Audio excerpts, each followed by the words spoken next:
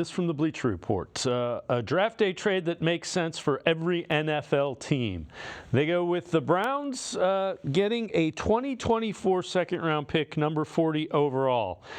From the Commanders for a 2024 second-round pick, 54, 2024 sixth-round pick, 206, 2025 fourth-round pick.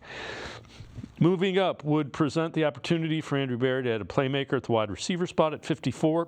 There will be talent available, but with a fast and furious run expected on wideouts to kick off the second round, failure to move up would thin out Berry's board of options rapidly.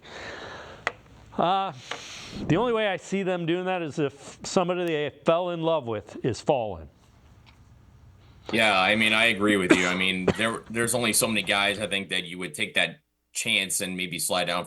I mean, this is probably not going to happen. For example, if Brian Thomas fell to 40, and for some reason, everybody passed it on through 40 picks. I mean, that would be quite the surprise to jump on. But I think if you're the Browns, you're probably best served to be patient, kind of wait to see who's there. You would have to imagine, because of just the quality of receivers, that guys are going to fall, that maybe a name or two that you didn't expect to fall was going to slide a little bit.